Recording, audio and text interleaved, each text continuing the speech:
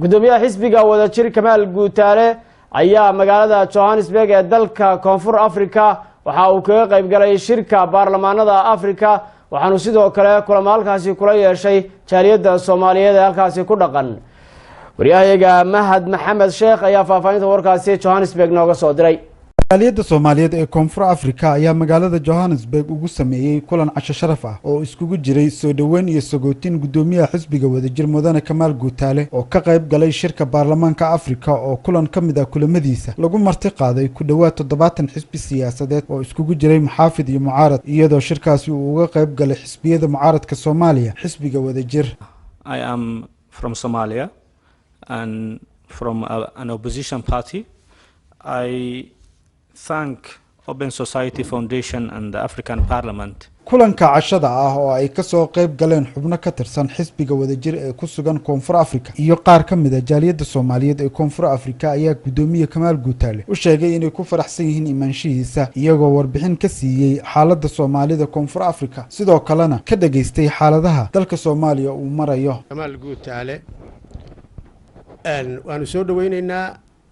ano sida uu Camru sheegay dadka ugu daaweyn xisbigana isqoray aad iyo aad baan u soo dhaweynayaa gudoomiyaha soo dhawow gudoomiye ku soo dhawow taageerayaalka xisbiga wadajir ee South Africa xafladan quruxda badan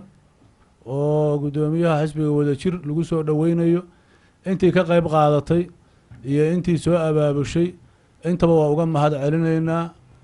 xisbiga wadajir kulli waa xisbi weyn oo Soomaaliyeed oo wadanka Soomaaliya iyo dabadaba ka jira wadajir inay bilaabaan sida haddaba ay axsaabta ugu cadcad ay yihiin wadanka in ay bilaabaan xisbiyada kale ay ku daysadaan qofka akhlaaqiyan wanaagiisa qaab hadalkiisa in xisbiga uu qofku markii uu kor ka eego ama uu sii guda galaba wanaagiisa loo dhaadhici karaa oo aan talahaan ugu soo jeedin lahaa xisbiga. gudoomiye Kamaal ku soo dhawo South Africa halkan waxay fadhiya caawa ma aha xafladda fura oo loogu talagalay wadajir waa jaaliyada Soomaaliyeed amalena taas inaan lagu kala cadeyn halkan wadajir oo kaliya ma fadhido muxaafid iyo mucaarad jaaliyada Soomaaliyeed baalkan fadhido. gudoomiyaha xisbiga wadajir Kamaal Guutaale oo ugu dambeyn lagu soo dhaweeyay khudbadihii kulanka cashada ah ayaa ka warbixiyay guud ahaan xaaladda amni iyo siyaasadeed ee dalka Soomaaliya ka jirta iyo higsiga xisbiga wadajir ee ah inay Soomaaliya yeelato nidaam xisbiyo oo meesha ka saari kara in qabiil wax lagu qaybsado. 2 sano gudahood markaan 9 gobol ku soo dhameystirno oo ku dhameystirno waxa la yiraahdo 10,000 oo qof oo codna ka rabana oo cod bixiyaashana aan ayadana aan bilowna diiwaan gelinteeda xisbigu maalintaas waa xisbi qaran 9 gobol oo Soomaaliyeed ka furan doorasho federaal gali kara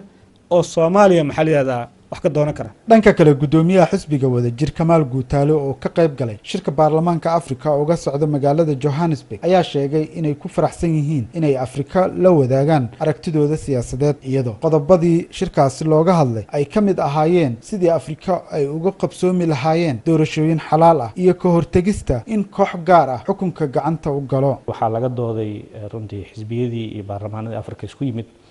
anagu aan ka qayb galnay waxaa maanta aad looga dooday geedi socodka dimuqraadiyadda Afrika oo isugu jirta qaabkii loo heli lahaa arbitre